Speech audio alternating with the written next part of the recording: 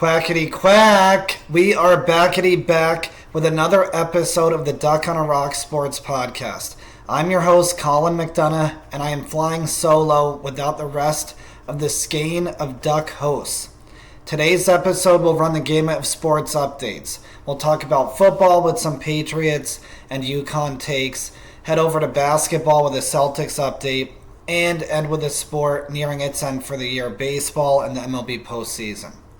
So we're going to start off with football and the Patriots. The Patriots are off to a 3-2 start in the Mike Vrabel era after their best win in years. They beat the Buffalo Bills in Buffalo on Sunday Night Football. Their start isn't as much the story as what can happen the rest of the way. So we're going to think about the future based off this 3-2 start. So their schedule can allow them to legitimately have a chance to be 10-7, 11-6, dare I say 12-5. I mean, it can keep going once we get into the schedule and take a look at who they're playing. So at Bills on Sunday Night Football might have been the toughest game on their schedule, and they won that game. So looking forward, the Patriots, we can possibly, hopefully, officially say are back. So they started the season with a dismal loss to the last place Raiders. 0-1 was the start. We could also call it a dismal win in Miami in week 2. Both of those first two games, neither team looked like they wanted to win. The Raiders came out on top in week 1. The Patriots, thanks to Antonio Gibson kickoff return, which he's now out for the season, moved to 1-1. Then turned it over 5 times, handing the Steelers, who executed off those mistakes, a win. And at 1-2, they were once again at a crossroads that the last few seasons under Belichick and Mayo, they've gone south from. Okay, the Panthers in week 4 came to Foxborough, and the Panthers have just won 30-0. They got all their good plays out the week before because after taking a 6-0 lead, the Patriots, staring at a bad start, staring at a 1-3 start in the face, Marcus Jones returns a punt for a touchdown. They take full control on all sides of the ball. They win 42-13, and then they have momentum going into their biggest primetime test in years, right? The end of the Belichick era, the 1 year of Gerard Mayo, the Patriots kind of went from being in prime time all the time to basically barely being on, right? And Vrabel, to his credit, had them ready. Drake May had his best signature moment as the face of the franchise, the new face of the Patriots. The other face of the franchise, on the other side of the ball, Christian Gonzalez is back healthy. He was making plays. Gonzalez walks in wearing a Bill Russell t-shirt. I was not able to find it online yet. And he looked like Bill Russell after the game, making defensive plays and walking off the field a winner. This will also go down as a Stephon Diggs revenge game. He had an incredible game with 10 grabs for 146 yards. And, even though we look at kind of those Vrabel, May, Gonzalez, Diggs as kind of the force that led the big one in Buffalo, a couple players, Ramondre Stevenson and Andres Borregales, those were the two players who kind of showed the most resiliency. So Ramondre Stevenson fumbled again, but Vrabel not being able to fully use the Belichick fumble you out of the game rule yet, thanks to, unfortunately, a Gibson injury. Henderson doesn't seem fully ready in the offense. So Stevenson came back in and ended up scoring 2 touchdowns. And then Borregales made 3 field goals, including the 52-yard game winner with 15 seconds left. An incredible kick. What a win for the Patriots. And again, a 1-2 start. You have a get-right game with the Panthers, and then you take full control of your season with winning at Buffalo. And like I said at the top, it should get even better. So let's look at the schedule and list it out. You have the Saints, the Titans, the Browns, and Falcons. So all 4 of those games are winnable. A lot of people are talking that hopefully by November 9th, the Patriots could be 7-2. Now again, they still have some issues. They still commit a lot of penalties. They're still turning it over. They didn't even play their best game in Buffalo and still won, which is a good thing. But also, they gave games away to Las Vegas and Pittsburgh. So you never know what Patriots team you're going to get. Drake May's in his second year. But again, if they play to their best potential, the best case scenario obviously would be 7-2. Tough one at Tampa Bay on November 9th. Then home against the Jets, at the Bengals. The Bengals lost Joe Burrow. They finally had a good start and now have lost 3 straight. Home against the Giants. The Bills again, which now it seems like a winnable game, or at least maybe, take it to the end and see what happens again. It's in Foxborough this time. At the Ravens, who knows what they will look like. The Ravens, starting 1-4, had a tough schedule, but no one really thought it would be that bad. And then the Jets and Dolphins to finish. So if you think about this schedule, right, obviously the Patriots have shown they could win any game and lose any game in 2025. They still need to commit less penalties. They still need to hold on to the football. They also can't let a huge win, have them have letdowns in the next few weeks.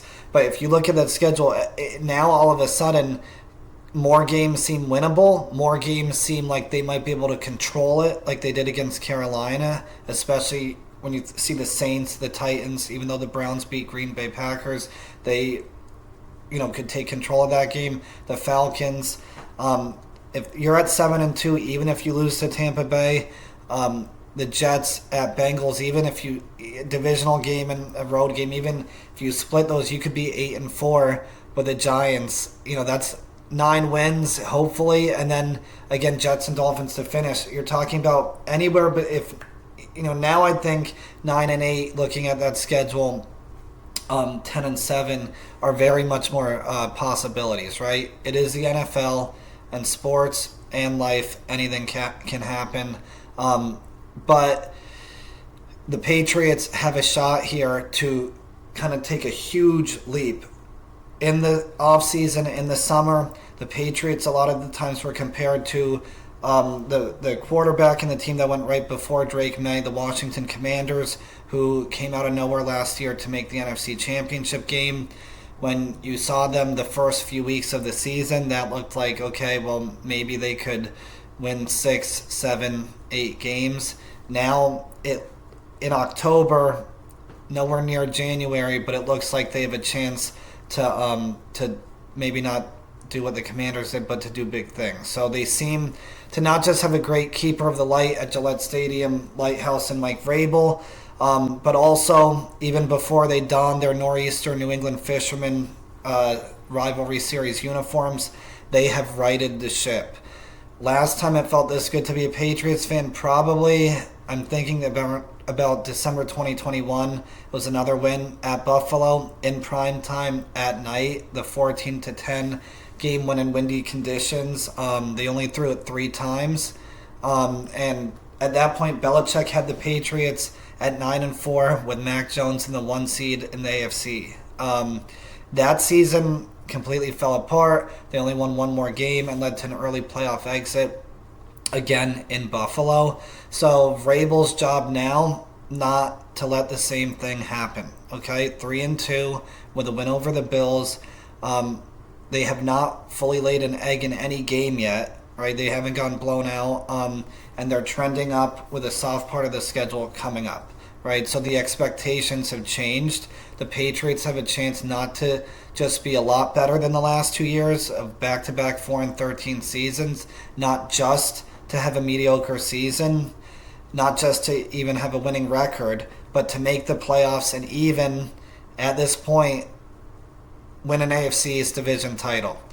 All right, so we're going to take that bullish take on the Patriots, and we're going to check in on another Navy Blue New England football team with upward momentum and a manageable schedule. The UConn football team is fully back on track after a homecoming win against FIU, 51-10 at Rensselaer Field. The Huskies are now 4-2 halfway through the season.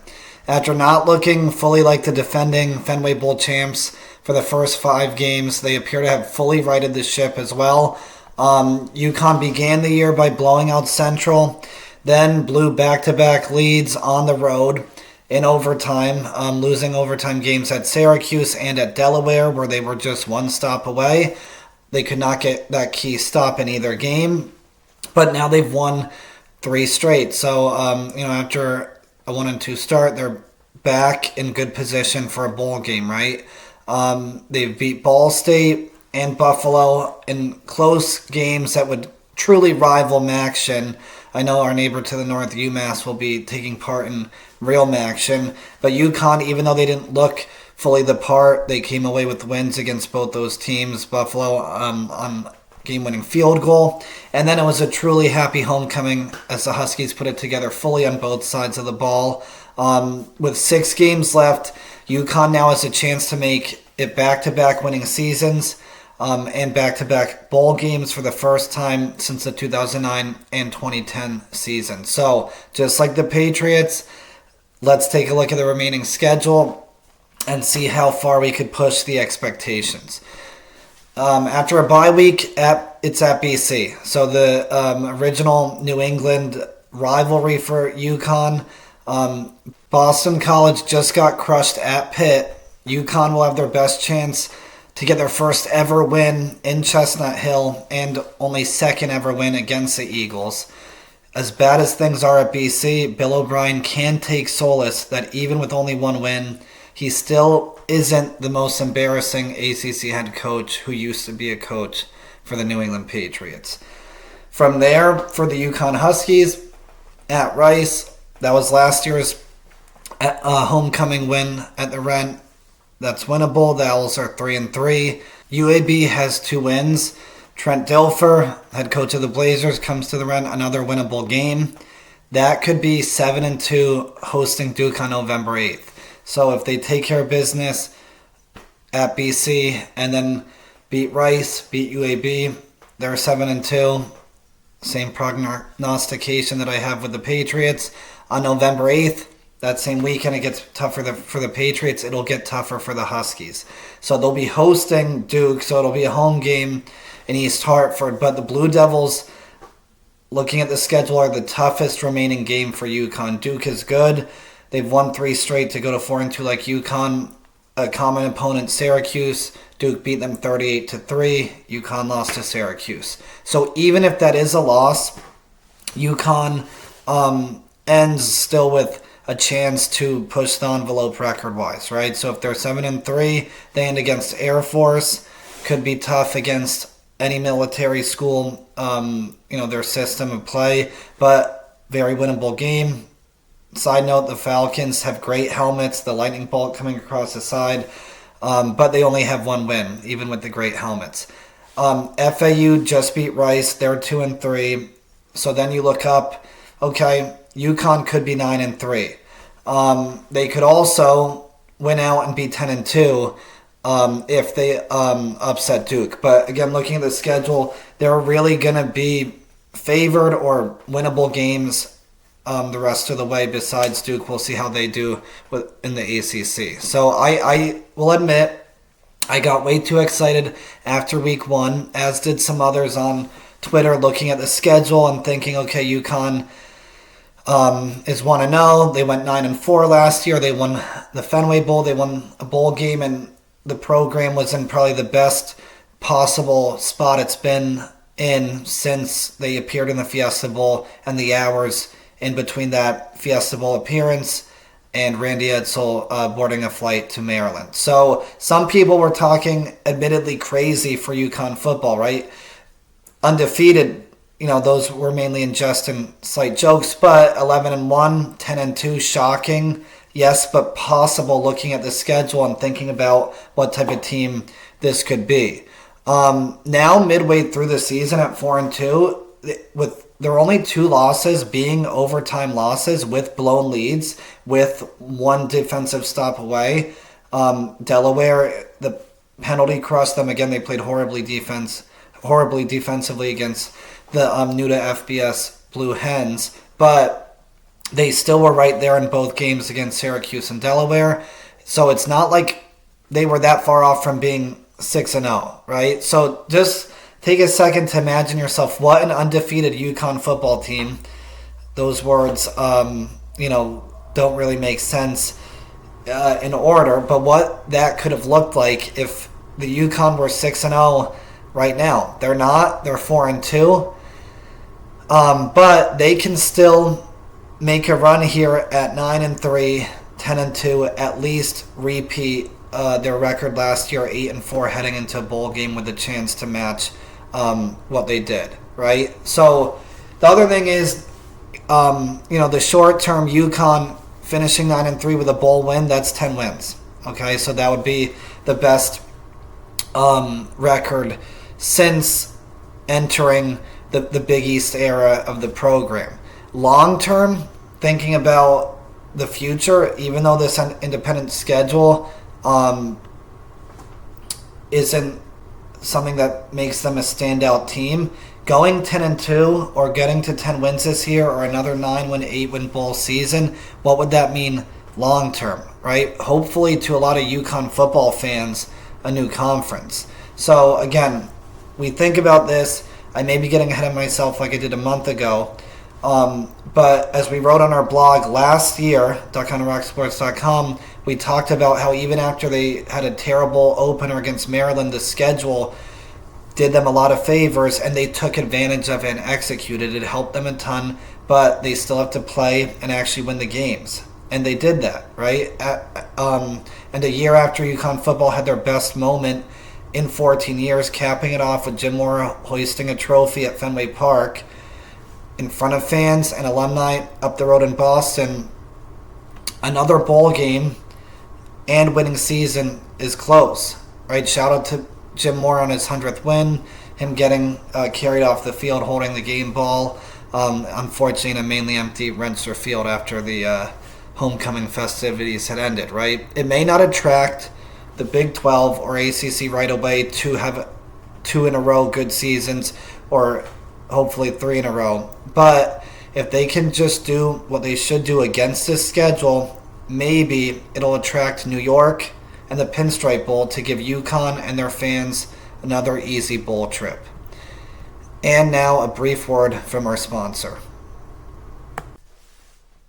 Since we don't have a sponsor yet here at Duck on a Rock, we are back, and I will continue on to our next topic. So the NBA is nearing a return.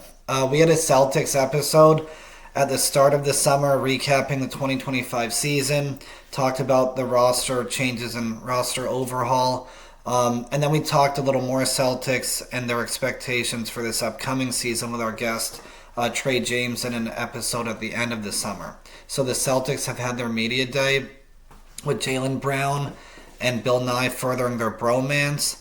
But the real news for the season is a video recently posted of Jayson Tatum working out in the weight room and on the court at the Arbeck Center. Not that I am the best judge, because in a short social media clip with no defense, anyone looks good to me. Not that I am the best judge, because in a short social media clip with no defense, anyone looks good to me. Except maybe if I were that person playing basketball in a short social media clip with no defense. I've fallen for about every Ben Simmons offseason video over the years and either got afraid of him as an opponent for the Celtics or thought maybe he could help the Celtics and they should sign him. But with all that being said, didn't Tatum look good? Like really, really good for someone who tore their Achilles in May. Tatum also did the media rounds in the city where he tore his Achilles and the Celtics season ended, as he went on all the talk shows in New York City in 24 hours in late September. He told Stephen A. that he's not ruling out coming back this year.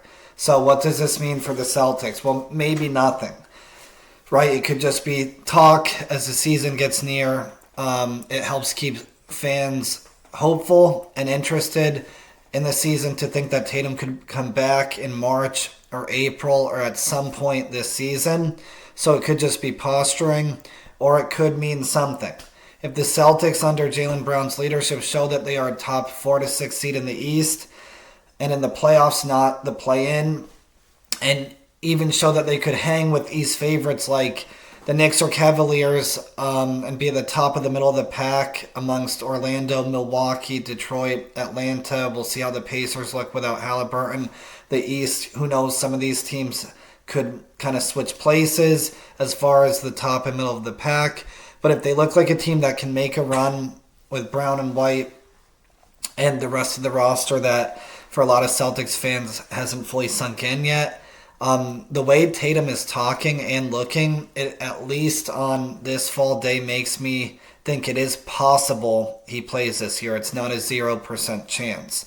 Matt McDonough, we met, and I used to talk during college and professional paid journalism career. The paid part will begin once again once we secure a sponsor here at Duck on a Rock Sports.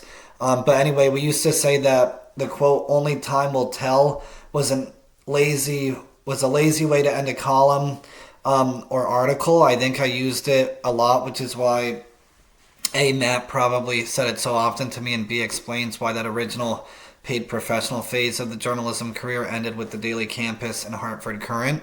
So I'm not going to use "only time will tell," quote "only time will tell," to see if Tatum will come back. I'm not going to use that to end this short segment of the podcast on Tatum and the Boston Celtics. I'll instead end with this.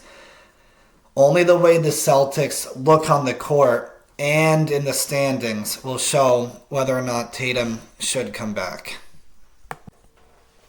Okay, our last sports update in October, which is arguably the best month for sports there is the Major League Baseball postseason. So last year we did a lot of picks with Diamond on our blog, duckonarocksports.com. We ended up with the Yankees-Dodgers World Series, with the Dodgers winning it. For Rob Manfred and the MLB, they got the baseball version of Celtics-Lakers, of Steelers-Cowboys. And it was a 5-game series.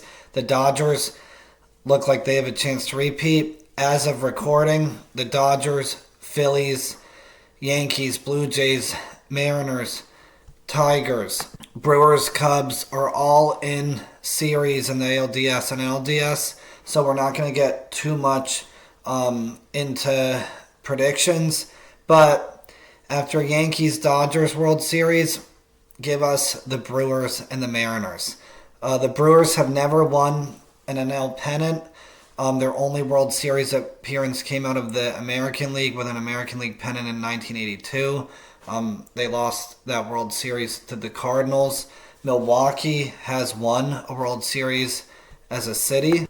The Milwaukee Braves won the 1957 World Series, 7 games over the Yankees. And then on the other side of things, the Seattle Mariners are the only franchise in Major League Baseball to never appear in a World Series. So it may not be a ratings darling like New York Yankees and Los Angeles Dodgers that we got last year. But hey, maybe the dream this year is for 2 teams who have never won the World Series and 1 team who have never made it. To me, 2 teams that introduced teal trim in the 90s, 2 teams with great names, 2 teams that would give their fans a lot of excitement, and retractable roofs will hopefully be open on some nice October nights. With that being said, we are going to talk a little bit about the wild card round, which is completed at time of recording. The wild card round, again, has been new the last few years. Best 2 out of 3, all in the same ballpark. Again, I think the only gripe I have with it is that when a team makes a postseason, having 162 games, 81 home games, you'd like for that team to get a home game. But if they're going to stick with the 2 out of 3 format, it's very hard to have teams go back and forth from home and away, right? You had the Padres and the Cubs. That's impossible. The Yankees and Red Sox was possible, but obviously when you have those long flights, they're not going to do that.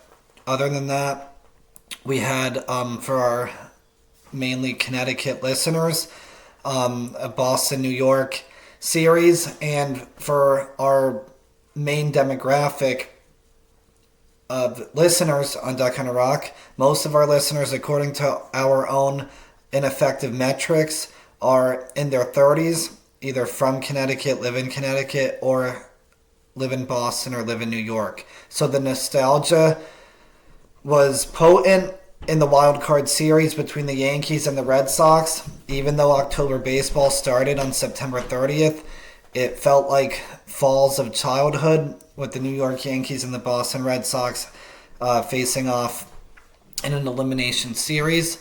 When we look at the series, the Red Sox got a big win in Game 1. Garrett Crochet, their left-handed ace, pitched a bigger gem than Max Fried did.